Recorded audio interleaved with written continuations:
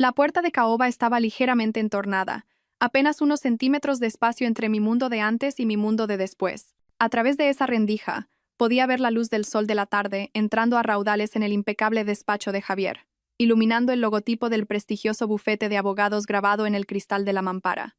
Podía oír el suave murmullo de voces, su voz cálida e íntima de una forma que no le había oído dirigir a mí en meses. Empujé la puerta para abrirla más, y allí estaba ella, mi hermana Valeria, con su melena castaña rojiza, cayendo sobre el hombro de Javier, mientras se sentaba a horcajadas sobre su regazo en su sillón de director. Sus bocas estaban unidas con el hambre desesperada de los nuevos amantes, sus dedos de manicura perfecta enredados en el pelo oscuro de él, sus manos agarrando la cintura de ella como si le perteneciera. No me oyeron entrar. Estaban demasiado perdidos el uno en el otro para darse cuenta de la mujer que había estado casada con uno de ellos durante 2 años, que había compartido cenas de Nochebuena con la otra durante 28 años de hermandad. Me quedé allí durante lo que pareció una eternidad, pero que probablemente fueron solo segundos, viendo cómo toda mi vida se desmoronaba hasta convertirse en polvo. Entonces Valeria abrió los ojos y me vio por encima del hombro de Javier. No jadeó. No se apartó de un salto. Ni siquiera pareció sorprendida. Sonrió. Mi nombre es Elena Vargas. Y hasta ese momento creía saber exactamente quién era. Era la esposa que preparaba recipientes con comida casera y dejaba notas de ánimo en los maletines. Era la hermana que nunca se olvidaba de una llamada de cumpleaños y siempre ofrecía un hombro en el que llorar. Era la hija que visitaba cada domingo y fingía no darse cuenta cuando mamá comparaba mis logros con la carrera más glamurosa de Valeria en relaciones públicas de moda. También era aparentemente una idiota. Ah, dijo Valeria, deslizándose finalmente del regazo de Javier, pero sin hacer ningún esfuerzo por arreglar su aspecto desaliñado. Elena, llegas pronto. Pronto. Como si se tratara de una cita programada, como si de alguna manera les hubiera molestado al entrar en el despacho de mi propio marido. Javier se ajustó la corbata con una calma ensayada, de la misma manera que lo hacía antes de las reuniones con clientes. Sus ojos grises, de los que me había enamorado durante nuestras sesiones de estudio en la universidad, se encontraron con los míos con algo que no era exactamente culpa, pero tampoco desafío. Era indiferencia. Tenemos que hablar, dijo, como si esas 3 palabras pudieran dar sentido a lo que acababa de presenciar. ¿Sobre qué? Las palabras salieron estranguladas, apenas reconocibles como mi propia voz. ¿Sobre cuánto tiempo lleva pasando esto? ¿Sobre cuántas veces? Elena, por favor, la voz de Valeria tenía esa nota familiar de condescendencia que había perfeccionado en la infancia. No lo hagas más difícil de lo necesario. Más difícil de lo necesario. La miré fijamente. La miré de verdad. Valeria siempre había sido la guapa, la segura de sí misma, la que podía entrar en cualquier habitación y acaparar la atención.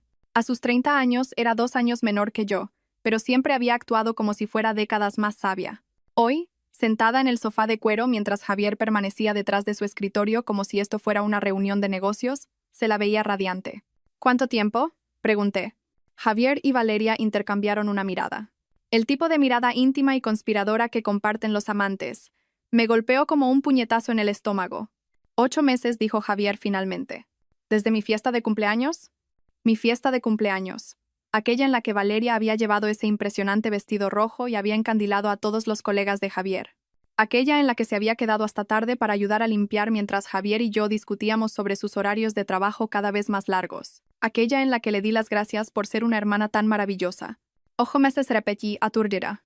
Mira, Elena, dijo Valeria, cruzando las piernas como si se estuviera acomodando para una charla informal. Sé que es una conmoción, pero sinceramente probablemente sea lo mejor.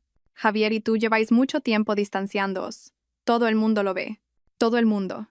Nuestro matrimonio ya estaba acabado, añadió Javier, su voz de abogado fría y mesurada. Esto solo ha acelerado las cosas. El descaro era pasmoso. Se sentaron allí, las 2 personas en las que más había confiado en el mundo, y hablaron de mi matrimonio como si fuera una fusión de empresas que simplemente había seguido su curso. Sin disculpas, sin explicaciones sobre cómo había sucedido ni expresiones de arrepentimiento, solo crueldad directa, expresada con la indiferencia casual de quienes discuten el tiempo. Quiero que te vayas de casa, le dije a Javier, sorprendida por la firmeza de mi voz. Él se rió. Se rió de verdad. Elena, es mi casa. La escritura está a mi nombre. Serás tú la que se vaya. ¿Y dónde se supone que voy a ir? Valeria y Javier intercambiaron otra de esas miradas. De hecho, dijo Valeria, he estado pensando en eso. Mamá ha estado diciendo que se siente sola desde que papá falleció. Quizá este sea el momento perfecto para que vuelvas a casa. Para ayudar a cuidarla. Volver a casa. A los 32 años, después de construir una vida y una carrera como diseñadora gráfica autónoma, querían que volviera a mi dormitorio de la infancia como una fracasada. ¿Mamá lo sabe? La pregunta se me escapó antes de que pudiera detenerla. La sonrisa de Valeria se ensanchó. ¿Se lo conté ayer? Bueno, ella lo entiende. Siempre dijo que Javier era demasiado para ti, se corrigió, pero el daño ya estaba hecho. Demasiado para mí. Mi propia madre pensaba que mi marido era demasiado para mí. De hecho, está entusiasmada con la idea de que todos seamos una familia, continuó Valeria. Dijo que ya era hora de que Javier encontrara a alguien que pudiera igualar su ambición. La habitación pareció inclinarse. No solo habían mantenido esta aventura durante meses, sino que ya habían involucrado a mi madre, ya habían hecho planes para mi desplazamiento, ya habían decidido cómo reestructurar la vida de todos en torno a su traición.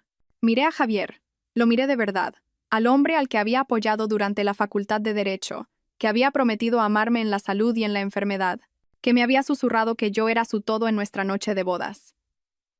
Estaba consultando su móvil. Necesito tomar el air, logré decir. Elena, espera, llamó Javier mientras me dirigía a la puerta. Deberíamos discutir las cosas prácticas. El divorcio, el reparto de bienes. ¿Bienes? Me volví para mirarlo. ¿Qué bienes, Javier? Todo está a tu nombre. ¿Recuerdas? Insististe en ello por motivos fiscales. Tuvo la decencia de parecer momentáneamente incómodo. Bueno, sí, pero podemos llegar a un acuerdo. No soy irrazonable. Irreasonable. El hombre que se había estado acostando con mi hermana durante 8 meses estaba preocupado por ser percibido como irrazonable. Salí sin decir una palabra más. El camino a casa fue una mezcla de lágrimas, rabia y una extraña insensibilidad que se sentía como caminar en un sueño. Nuestra casa, la casa de Javier, al parecer estaba al final de un tranquilo callejón sin salida, en una urbanización de lujo a las afueras de Madrid, en Pozuelo, un lugar que habíamos elegido juntos porque hablamos de llenar las habitaciones extra con niños algún día. Me senté en el coche durante 20 minutos, mirando la puerta principal con su alegre pintura amarilla y las jardineras que había plantado la primavera pasada. Todo parecía exactamente igual, pero me sentía como una extraterrestre visitando la vida de otra persona. Dentro, la casa contenía toda la evidencia de mi engaño. Fotos de la boda en la repisa de la chimenea. Mis libros mezclados con los suyos en las estanterías. La taza de café que había usado esa mañana todavía en el fregadero, con una mancha de pintalabios en el borde como una mancha de sangre en la escena de un crimen. Llamé a mi madre. Elena, cariño, la voz de mamá era cuidadosamente neutral. Valeria me dijo que podrías llamar. ¿Te lo contó todo? Me contó lo suficiente. Oh, cielo. Sé que es duro, pero a veces estas cosas simplemente pasan. Javier y Valeria tienen sentido juntos. Ambos son ambiciosos. Ambos tienen éxito. Yo tengo éxito, interrumpí. Tengo mi propio negocio. Diseñar invitaciones de boda no es exactamente... Hago gestión de marca corporativa, mamá. Tengo clientes importantes. Claro que sí, cariño. Pero seamos honestos, Valeria se mueve en el mundo de Javier. Entiende sus presiones, sus metas. Quizá esto es solo selección natural. Selección natural. Mi madre estaba tratando mi matrimonio como un documental de naturaleza. ¿Entonces estás de su lado? No estoy tomando partido, Elena. Estoy siendo realista. Javier y tú llevabais un año con problemas. Todo el mundo podía verlo. Y Valeria, bueno, ella no planeó esto. El amor simplemente surgió. Amor. Lo llamaban amor. ¿Dónde se supone que voy a vivir, mamá? Bueno, sabes que siempre eres bienvenida aquí. Tu habitación está exactamente igual. Y sinceramente, me vendría bien la ayuda. La casa se me está haciendo demasiado grande para mí sola. Ahí estaba el premio de consolación. Después de que mi marido me robara a mi hermana, o mi hermana me robara a mi marido, podía volver a casa para ser la cuidadora a tiempo completo de mi madre. Tengo que pensar, dije. Claro. Tómate todo el tiempo que necesites. Pero Elena, intenta no hacer esto desagradable. Por el bien de todos. Por el bien de todos. No por mi bien. Por el de todos. Colgué y me serví una copa de vino. Luego otra. Y otra. Para cuando Javier llegó a casa a las 9:30, estaba sentada en el salón con una botella vacía y la cabeza llena de claridad. Elena dijo con cuidado, aflojándose la corbata. Necesitamos discutir la logística, los aspectos prácticos de esta transición. Ya he hablado con mi abogado. Tu abogado. Elena, por favor, no repitas todo lo que digo. Es infantil. Infantil. La mujer cuya vida acababa de destrozar estaba siendo infantil. He redactado una oferta de acuerdo razonable, continuó. sacando una carpeta de su maletín. Considerando que la mayoría de nuestros activos son prematrimoniales o están a mi nombre, estoy dispuesto a ser generoso. Hay un pago único de 25.000 euros y cubriré tus gastos de mudanza. Tomé la carpeta y la hollé sin leer. Es más que justo, considerando. ¿Considerando qué? ¿Que te has estado acostando con mi hermana durante 8 meses? Elena, entiendo tu dolor. ¿Dolor? Me levanté, sorprendida por mi propia firmeza. No estoy dolida, Javier. El dolor es cuando alguien te pisa accidentalmente. Esto es devastación. Es la aniquilación completa de todo lo que creía saber sobre mi vida. Mira, estas cosas pasan. La gente se distancia. La gente cambia. Lo que Valeria y yo tenemos es real. Es algo que nunca antes había experimentado. ¿Y qué hay de lo que teníamos nosotros? Éramos amigos que se casaron porque parecía el momento adecuado. Pero Elena, sé honesta. ¿Cuándo fue la última vez que me miraste como lo hace Valeria? ¿Cuándo fue la última vez que tuvimos una conversación sobre algo más profundo que la lista de la compra y los planes para el fin de semana? Lo terrible era que no estaba del todo equivocado. Nos habíamos distanciado. Habíamos caído en la rutina. Pero pensé que eso era normal. La evolución natural del matrimonio, del romance apasionado a una cómoda compañía. ¿Y eso te dio derecho a engañarme? No planeé esto. Tampoco Valeria. Simplemente sucedió. Durante 8 meses. Simplemente sucedió. Elena, por favor, no hagas esto más difícil de lo que tiene que ser. Ahí estaba esa frase de nuevo. No hagas esto difícil. Como si mis sentimientos fueran un inconveniente, mi dolor un obstáculo para su felicidad. Quiero la casa, dije. Javier sonrió. Elena, sé realista. No puedes permitirte la hipoteca con tus ingresos. Y legalmente, no me importa lo legal. Quiero la casa. Esto no funciona así. Te ofrezco un acuerdo justo. Tómalo. ¿O qué? O presento la demanda de divorcio por diferencias irreconciliables y te irás con lo que el tribunal decida darte, que, dado que todo está a mi nombre y no tenemos hijos, no será mucho. Lo tenía todo planeado. El abogado había cubierto todos los ángulos, todas las bases. Se suponía que debía tomar mis 25.000 euros y desaparecer en silencio para que él pudiera empezar su nueva vida con mi hermana. ¿Cuándo quieres que me vaya? A final de mes. Eso te da 2 semanas para encontrar otro sitio donde vivir. 2 semanas. Me estaba dando 2 semanas para desmantelar una vida que había tardado años en construir. De acuerdo, dije. Javier pareció sorprendido. ¿De acuerdo? De acuerdo. Estaré fuera a final de mes. Bien. Me alegro de que podamos manejar esto con madurez. El hombre que había mantenido una aventura secreta con mi hermana durante casi un año, quería felicitarnos a ambos por nuestra madurez. Esa noche, después de que Javier se acostara en la habitación de invitados, aparentemente su conciencia tenía algunos límites, me senté frente a mi ordenador y empecé a planificar. Hasta el amanecer, siempre he sido una investigadora. Es lo que me hacía buena en mi trabajo. Profundizaba en las empresas de mis clientes, entendía sus valores y sus competidores, encontraba la manera perfecta de representar su historia visualmente. Ahora, apliqué esas mismas habilidades para entender exactamente lo que mi marido y mi hermana me habían hecho. Lo primero que descubrí fue que Javier había sido más cuidadoso de lo que había pensado. La casa, los coches, incluso nuestra cuenta bancaria conjunta, todo estaba estructurado para minimizar mi derecho a los bienes gananciales. Cada compra importante se había programado justo antes de nuestro matrimonio o se había justificado como un gasto de empresa. Javier Torres, abogado, aparentemente había estado planeando la posibilidad de un divorcio desde antes del día de nuestra boda. Lo segundo que descubrí fue que no era su primera vez. Me llevó 3 días de rebuscar en archivos de redes sociales, cotejando fotos y cronologías, pero encontré el patrón. Javier tenía un historial de relaciones con hermanas. No literalmente, pero sí con amigas íntimas, socias, mujeres que existían en los círculos sociales de las otras. Su novia anterior había sido robada por su mejor amiga. La mujer anterior a esa lo había perdido con una colega. Y Valeria, mi hermosa y encantadora hermana, tenía su propio patrón. 3 relaciones anteriores que habían terminado cuando se había involucrado con hombres que ya tenían pareja.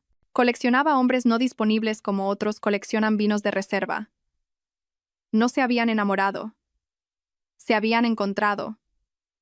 2 depredadores que disfrutaban más de la caza que de la presa. Todavía estaba procesando esta revelación cuando sonó el timbre. Valeria estaba en mi porche con una botella de vino y una expresión que solo podría describir como simpatía agresiva. Elena, tenemos que hablar. ¿Tenemos? ¿Puedo pasar? Me hice a un lado, curiosa a pesar de mí misma. Valeria se acomodó en mi sofá, el que yo había elegido, en la casa en la que ella estaba a punto de vivir, y sirvió 2 copas de vino sin preguntar. Sé que me odias ahora mismo, empezó. En realidad no. No estoy segura de lo que siento, pero no es odio. Bien, porque de verdad creo que podemos superar esto como hermanas. Como hermanas. El descaro era asombroso. Javier y yo nunca quisimos que pasara. Pero Elena, tienes que admitir que no erais felices. Llevabais meses sin serlo. ¿Pensabais decírmelo alguna vez? Por supuesto. Solo queríamos estar seguros. No queríamos hacerte daño innecesariamente si no iba a funcionar. ¿Qué considerados? Elena, no seas sarcástica, no te pega. Valeria bebió un sorbo de vino y me estudió con esa mirada calculadora que empezaba a reconocer. La cuestión es que Javier y yo estamos bien juntos. Muy bien. Nos desafiamos intelectualmente. Tenemos las mismas metas, los mismos intereses, la misma completa falta de brújula moral. ¿Ves? A esto me refiero. Este lado tuyo, amargado y vengativo, no es atractivo, Elena. Es parte de por qué las cosas se rompieron con Javier en primer lugar. La miré fijamente. ¿Me estás culpando de vuestra aventura?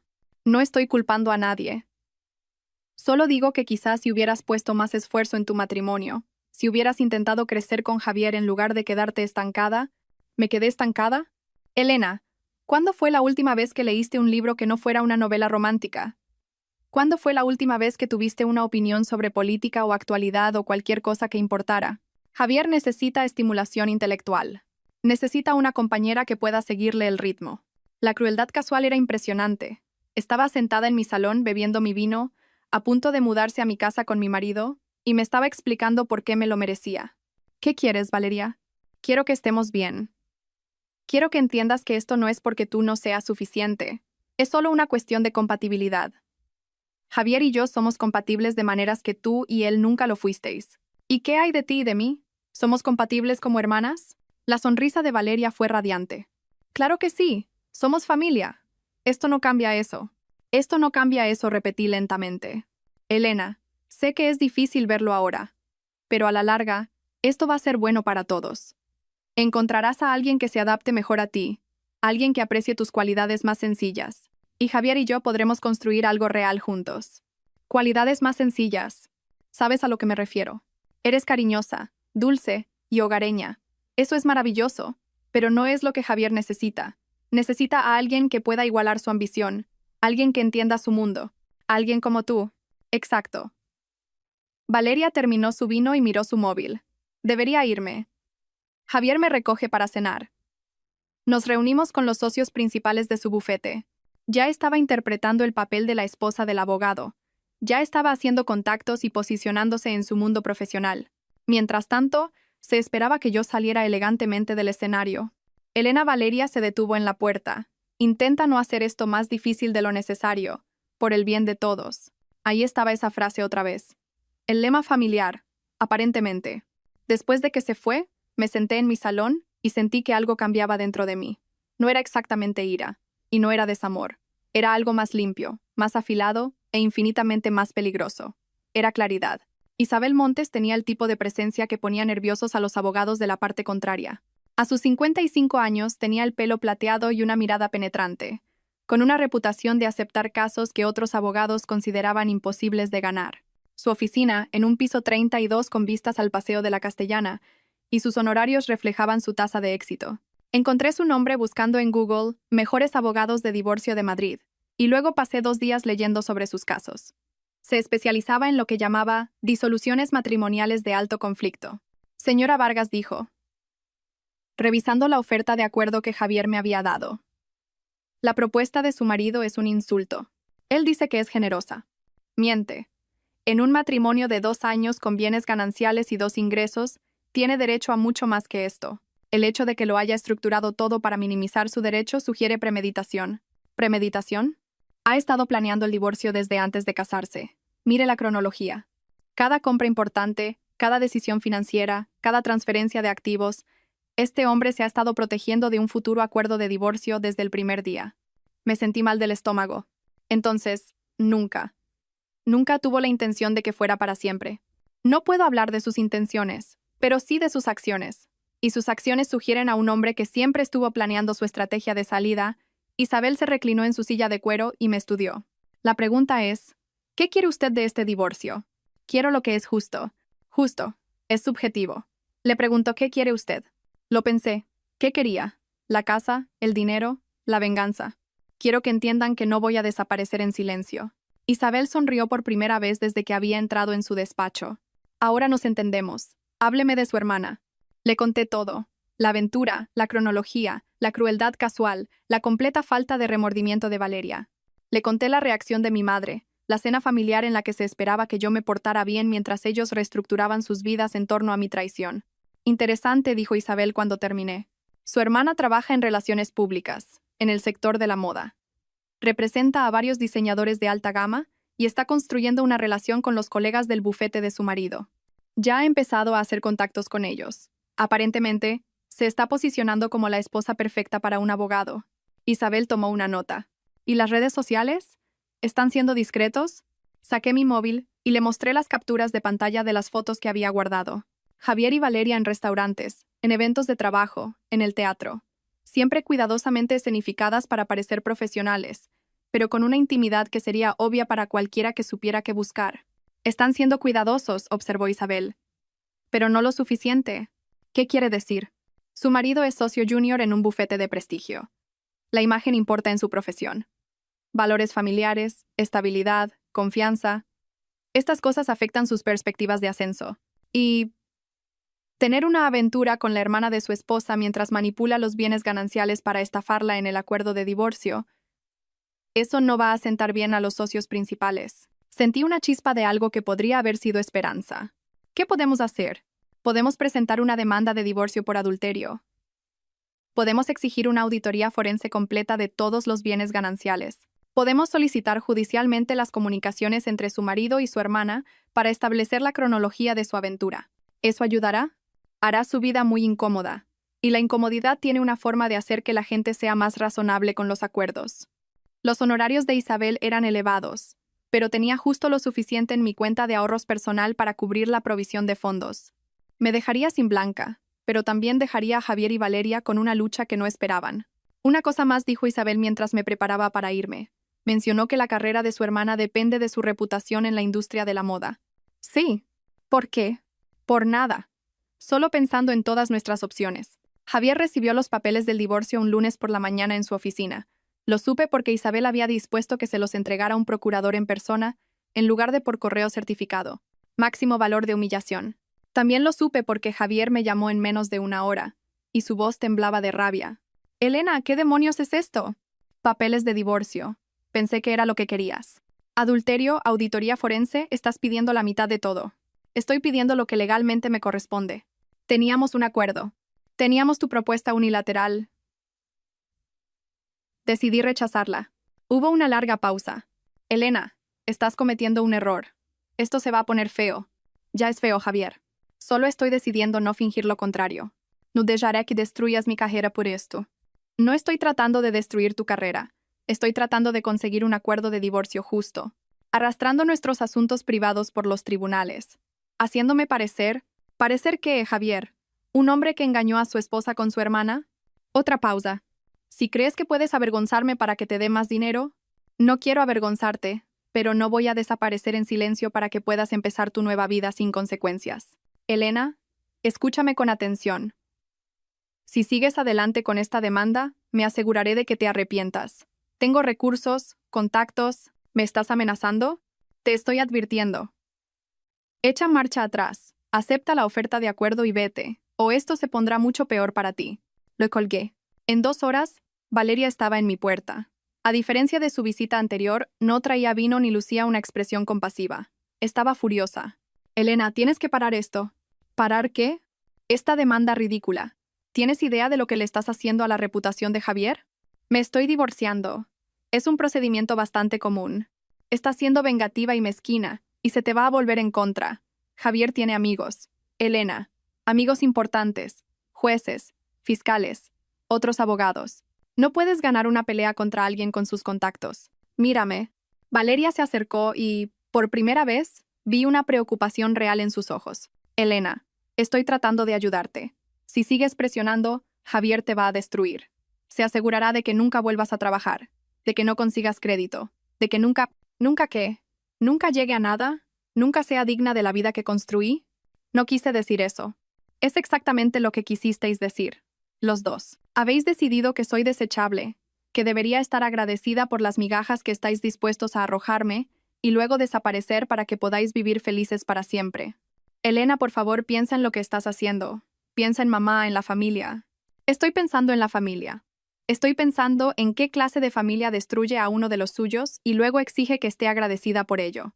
La máscara de Valeria se deslizó por completo. Bien. ¿Quieres jugar duro? Javier no es el único con contactos. Trabajo en moda, Elena. Conozco fotógrafos, periodistas, influyentes. Puedo hacerte la vida muy difícil también. ¿Es una amenaza? Es una promesa. Detén esta demanda o nos aseguraremos de que todo el mundo sepa exactamente qué clase de persona eres en realidad. ¿Qué clase de persona soy, Valeria? La clase que intenta destruir la felicidad de su propia hermana por despecho.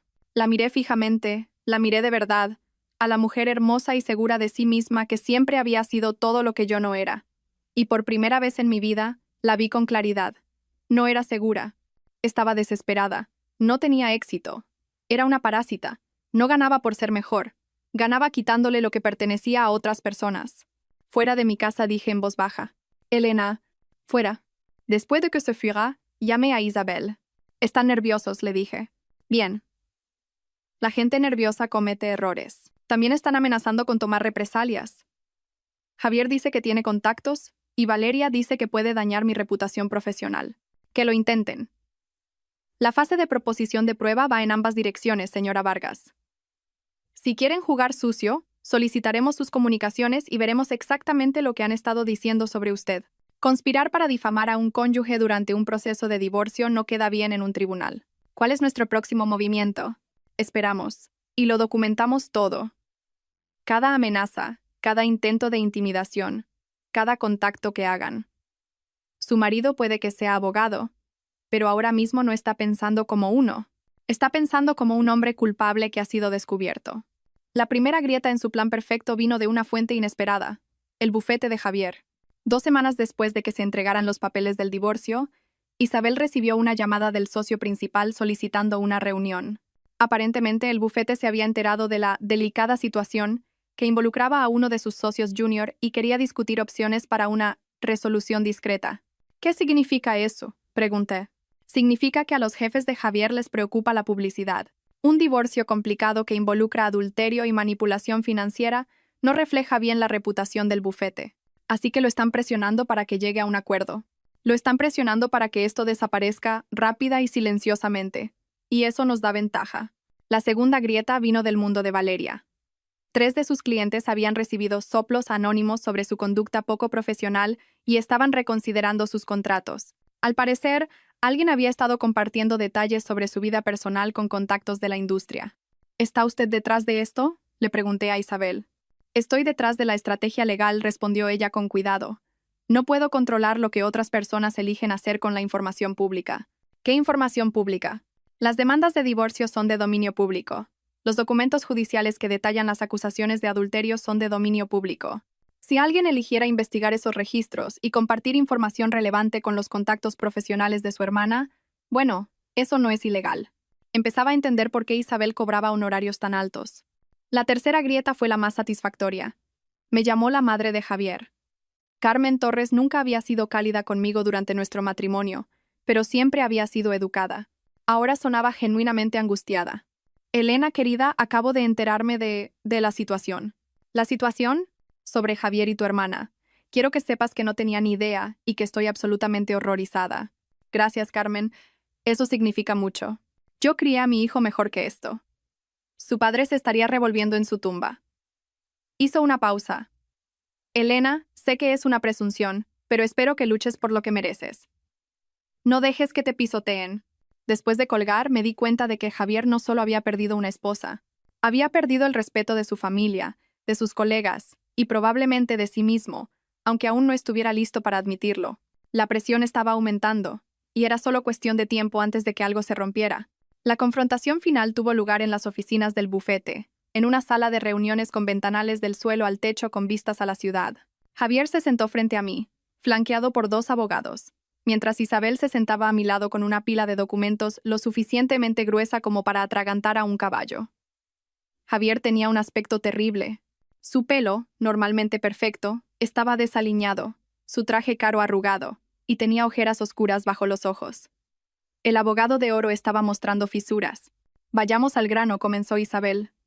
Mi clienta está dispuesta a aceptar un acuerdo de 200 euros, la mitad del valor de la vivienda familiar y una pensión compensatoria vitalicia de 3.000 euros al mes. El abogado principal de Javier, un hombre delgado llamado Patterson, apenas reprimió una risa.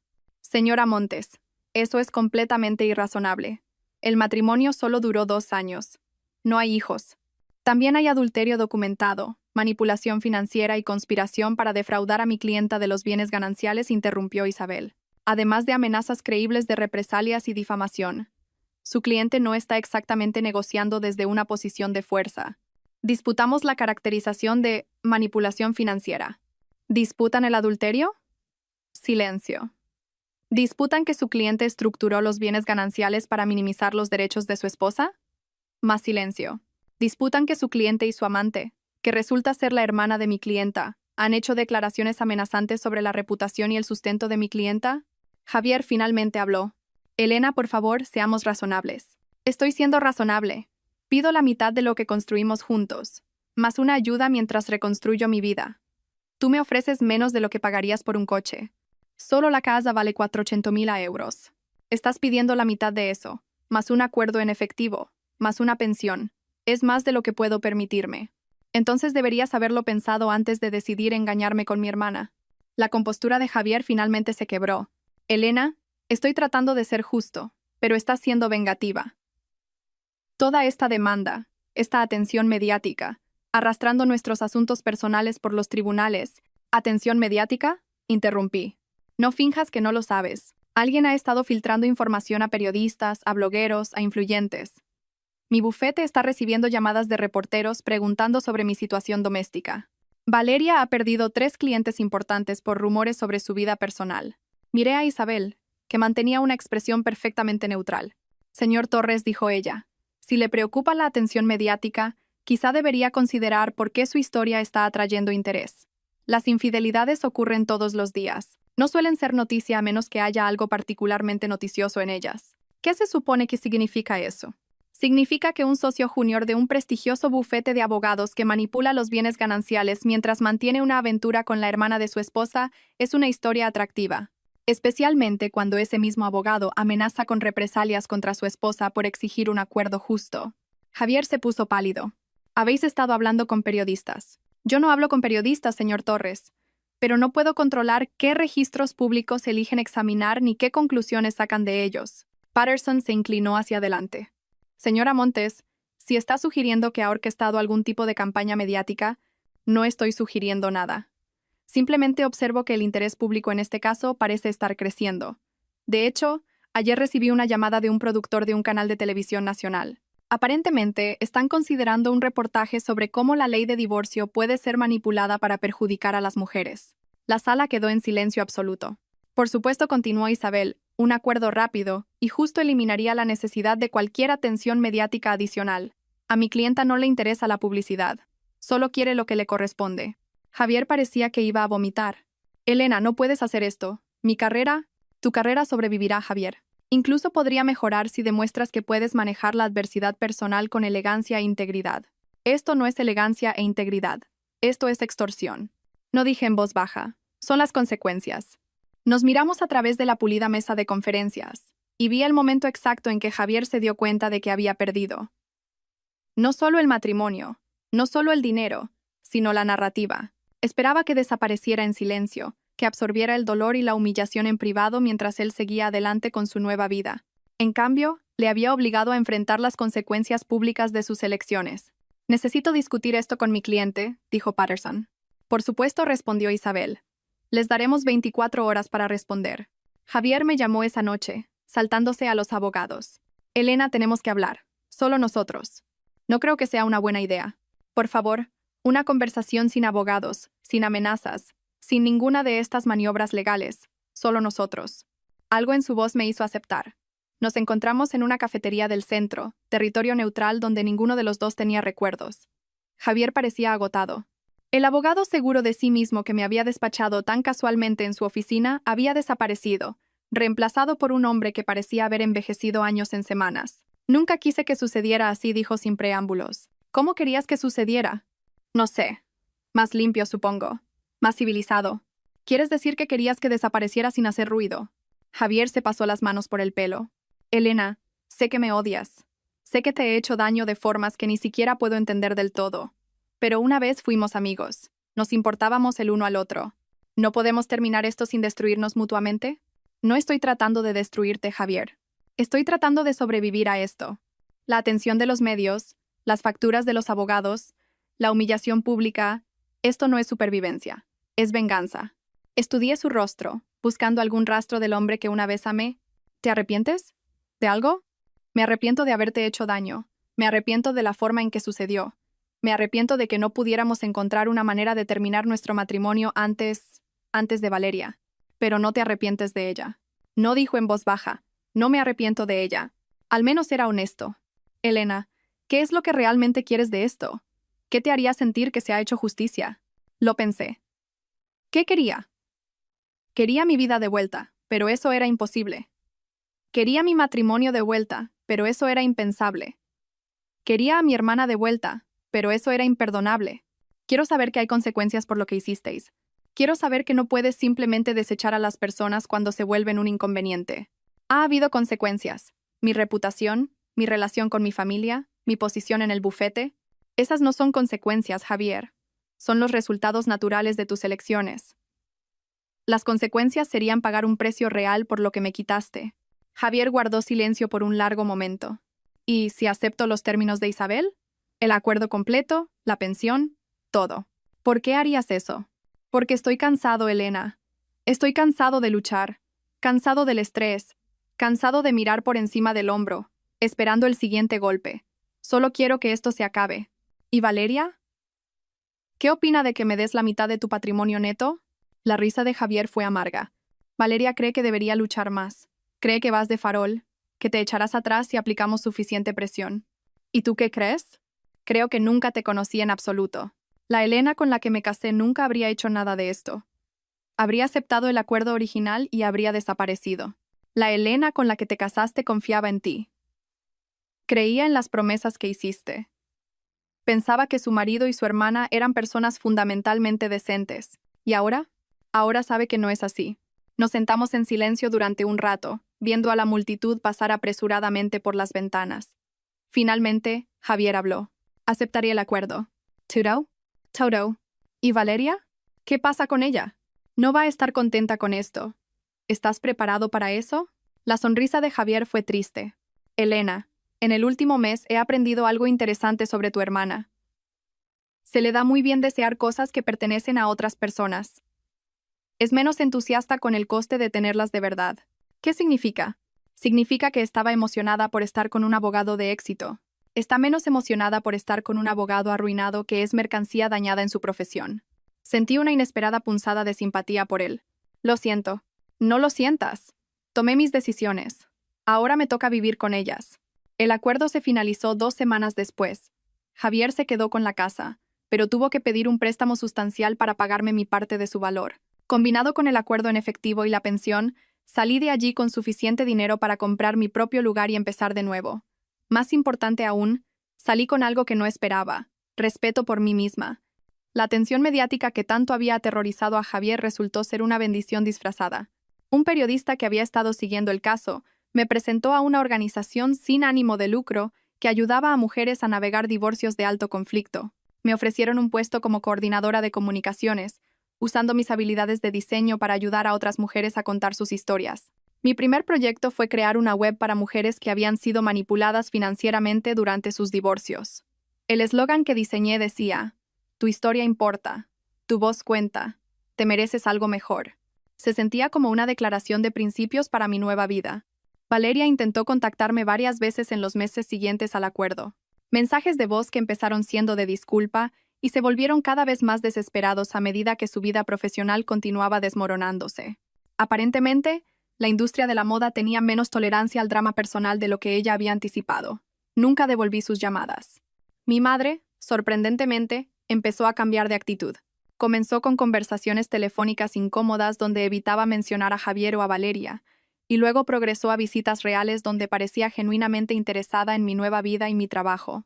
Creo que juzgué mal la situación, dijo durante una visita, lo más parecido a una disculpa que probablemente recibiría. Tu padre siempre decía que tú eras la fuerte. Pensé que se refería a fuerte emocionalmente, fuerte en el sentido de protectora. No me di cuenta de que se refería a fuerte con una columna vertebral de acero. Yo tampoco me di cuenta, hasta que tuve que serlo. 6 meses después del acuerdo, recibí una llamada de Isabel. ¿Has visto las noticias?, preguntó. ¿Qué noticias? Pon la televisión. Cambié al canal de noticias local justo a tiempo para ver el final de un segmento sobre mala praxis profesional en el campo legal. La foto de Javier apareció en la pantalla mientras el presentador discutía una reciente investigación ética que involucraba el manejo inadecuado de fondos de clientes y conflictos de interés. ¿Qué significa esto?, le pregunté a Isabel. Significa que los problemas de tu exmarido se han expandido más allá de su divorcio. Aparentemente, el escrutinio que comenzó con nuestro caso llevó a investigaciones más profundas sobre su conducta profesional. ¿Está relacionado con lo que hicimos? No directamente. Pero a veces, cuando iluminas rincones oscuros, encuentras más de lo que esperabas. Vi el reportaje con sentimientos encontrados. No había querido que Javier fuera destruido, solo que rindiera cuentas. Pero las acciones tienen consecuencias, y las suyas aparentemente se habían extendido mucho más allá de nuestro matrimonio. El verdadero titular llegó 3 días después, no en la televisión, sino en mi bandeja de entrada de correo electrónico. Era de una productora de una importante cadena de televisión, preguntando si estaría interesada en ser consultora en una serie documental sobre mujeres que habían luchado contra la traición y la manipulación. La llamamos el ajuste de cuentas, decía el correo. Queremos contar historias sobre mujeres que se negaron a ser víctimas, que convirtieron su dolor en poder y su traición en justicia. Su caso se ha convertido en una especie de leyenda en los círculos legales. La mujer que no desapareció en silencio. Me quedé mirando el correo durante mucho tiempo antes de responder. 1 año antes, me habría horrorizado la idea de que mi vida personal se convirtiera en entretenimiento público. Ahora, lo veía como una oportunidad para ayudar a otras mujeres a entender que no tenían que aceptar la traición en silencio. Estoy interesada, respondí. Pero quiero control editorial sobre cómo se cuenta mi historia, y quiero que parte de los beneficios se destinen a organizaciones que ayudan a mujeres en situaciones similares. El documental se emitió 8 meses después. El episodio sobre mi caso se tituló Entré en el despacho de mi marido y encontré a mi hermana sentada en su regazo. Lo que hice a continuación fue noticia. Fue el episodio más visto de la serie. Ahora vivo en un pequeño apartamento en el barrio de Malasaña, con paredes de ladrillo visto y enormes ventanales que llenan el espacio de luz. Mi negocio de diseño ha crecido más allá de lo que había imaginado, impulsado en parte por referencias de mujeres que vieron el documental y querían trabajar con alguien que entendiera el poder de controlar tu propia narrativa. Estoy saliendo con alguien nuevo, un profesor llamado Marcos, que piensa que mi historia es inspiradora en lugar de escandalosa, que admira mi fuerza en lugar de sentirse intimidado por ella. Nos lo estamos tomando con calma, construyendo algo basado en la honestidad y el respeto mutuo en lugar de la conveniencia y la suposición. Javier se mudó a otra comunidad autónoma después de que le suspendieran la licencia de abogado. Me enteré por conocidos comunes que está trabajando para un pequeño despacho haciendo gestiones inmobiliarias, muy lejos de sus antiguas ambiciones. Él y Valeria rompieron 7 meses después del acuerdo, aparentemente incapaces de sobrevivir la transición del romance prohibido a la realidad mundana. Valeria intentó reconstruir su carrera en relaciones públicas, pero descubrió que la reputación te sigue en industrias pequeñas. Lo último que supe es que trabajaba para una empresa de comunicación corporativa en otra ciudad. Un trabajo respetable pero anodino, que paga las facturas pero no alimenta su ego. Mi madre y yo hemos reconstruido nuestra relación en nuevos términos. Viene a cenar todos los domingos y hablamos de libros, de política y de mi trabajo con la organización. Nunca menciona a Javier o a Valeria a menos que yo los saque a colación primero, lo cual rara vez hago. Ya no los odio, ni a Javier ni a Valeria, ni siquiera a mí misma por los años que pasé siendo alguien más pequeña de lo que necesitaba ser. El odio es agotador y tengo mejores cosas que hacer con mi energía, pero tampoco los he perdonado. El perdón implica que lo que hicieron era perdonable, y no creo que lo fuera. No perdonas a alguien por un asesinato porque parezca arrepentido después. No perdonas la traición solo porque los traidores hayan seguido adelante. En cambio, he hecho algo más poderoso. Los he superado por completo.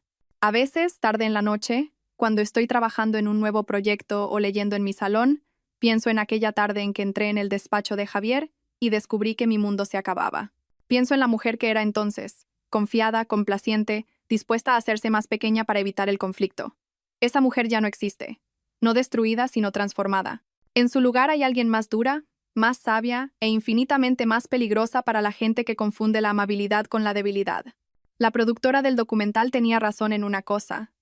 Me había convertido en una especie de leyenda en ciertos círculos. No como una víctima que había sido agraviada, sino como una mujer que se había negado a aceptar que ser agraviada era el final de su historia. Mi teléfono suena a veces con llamadas de mujeres en situaciones similares. Mujeres que encontraron mi número a través de la organización sin ánimo de lucro, o que se enteraron de mi caso por amigos de amigos. Siempre empiezan de la misma manera. No sé qué hacer. Me siento tan impotente. Y siempre les digo lo mismo. No eres impotente. Simplemente aún no has descubierto cómo usar tu poder. Porque eso es lo que aprendí en esos meses de batallas legales, atención mediática y drama familiar. Todo el mundo tiene poder. La cuestión es si estás dispuesto a usarlo. Yo lo estuve, y eso marcó toda la diferencia. Los titulares que siguieron no fueron solo sobre mi caso, fueron sobre una elección.